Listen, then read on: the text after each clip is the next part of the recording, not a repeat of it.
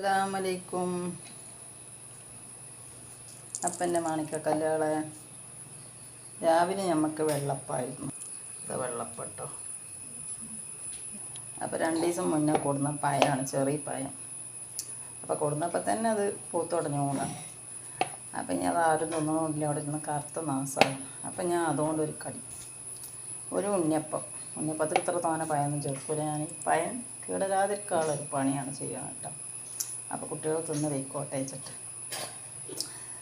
അപ്പോൾ മധുരം തിന്ന് ഷുഗർ വെത്തുമെന്ന് പറയാൻ നിൽക്കണ്ടെങ്കിൽ കേട്ടോ. കുട്ടികൾക്കും വേണ്ട തിന്ന്, പിന്നെ പഴം നാശമാവും ചെയ്യും.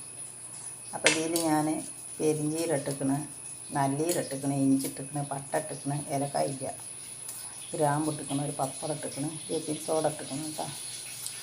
പിന്നെ പഴം ഇട്ടിക്കണം. പഴം ചെറിയ പഴമാണ്, ഒരു 5-6 ഉണ്ടെന്ന് ഇട്ടിക്കണേ. ഇനി നമുക്കിത് ശർക്കര ഉറ്റി വെച്ചിക്കണം, 3 ആണിതെല്ലാം ഉണ്ടെങ്കിൽ.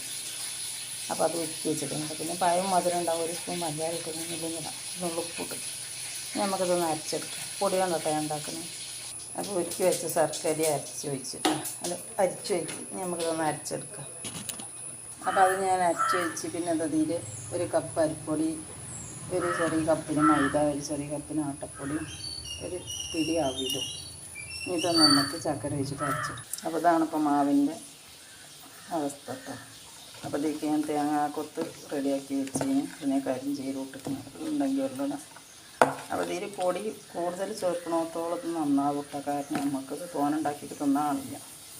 കാരണം പഴം കൂടുതലുള്ളത് കൊണ്ട് എണ്ണ അധികം കൊടുക്കും. നോക്കുക നമ്മളെന്താ പാടുന്നത്. കുയ്യ് നിറച്ച് എണ്ണ ചൂടായിക്കണം. നമുക്കതേക്ക് ഒഴിച്ച് കൊടുക്കട്ടോ. അത് നമ്മളമ്മ അങ്ങനെ അടുപ്പത്ത് കോരത്തല മുളക് വെള്ളപ്പത്തക്ക് 100 പോലെ ഉണ്ടെത്തി അത് നമ്മൾ ഒഴിച്ച് കൊടുത്തു. ഒരു തുള്ളി വെള്ളപ്പത്തിൻ്റെ മാവ് ഞാൻ എത്തിച്ചിട്ടുണ്ട്. നിങ്ങൾക്ക് റെസ്റ്റ് ചെയ്യിക്കണമെങ്കിൽ റെസ്റ്റ് ചെയ്യാനൊക്കെ വെക്കാം. അപ്പോഴപ്പോഴാണ് ചൂടാണ്. കാരണം കുട്ടികൾക്ക് കടക്ക് ഇഷ്ടമുള്ള ചുറ്റിപ്പോട്ടെ.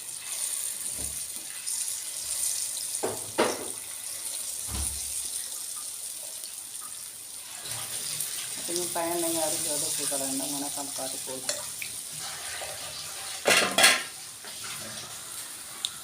അപ്പോൾ എല്ലാം മറിച്ചിട്ടിട്ടാണ്. നമ്മൾ ക്യാമറ ക്ലിയർ ഇല്ലാത്തത് കൊണ്ടാണ് അങ്ങനെ. അത് ഒരു ട്രിപ്പ് എടുത്തിട്ട് അടുത്ത ട്രിപ്പ് എലിമുണ്ട്. അപ്പോൾ ഇതാ കണ്ടോളി, ക്രിസ്പിയാണ്, സോഫ്റ്റുമാണ് കേട്ടോ.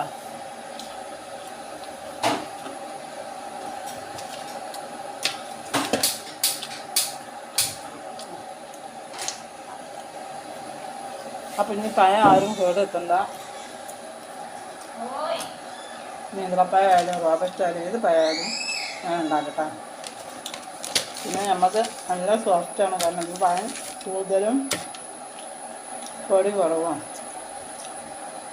ഞാനുണ്ടാക്കിയിട്ട് ഇവിടെ തിന്ന ആളില്ലായിരുന്നു. അപ്പം നിങ്ങൾക്ക് പൊടി കൂട്ടുന്തോറും ഇതിൽ എണ്ണമയൊക്കെ കുറയിട്ടാണ്. ഇത് പഴം കൂടുതലായതുകൊണ്ടാണ് ഇതിൽ എണ്ണമയം കൂടുതൽ. ചായയും വെള്ളപ്പണ്ട്, അമൂർ ഖോര മുളകിട്ടതുണ്ട് തല. അപ്പോൾ ഇതാ വെള്ളപ്പട്ടോ. അപ്പോൾ ഉണ്ണിയപ്പം ലാസ്റ്റ് ബാച്ചാണ് ഉണ്ണിയപ്പം. നല്ല സൂപ്പർ ഉണ്ണിയപ്പട്ടോ. ഇത് തണുക്കും തോറും ക്രിസ്പിനെസ് ഉണ്ട്. ഫുള്ള് സോഫ്റ്റും പുറം ക്രിസ്പിയുമാണ് കേട്ടോ.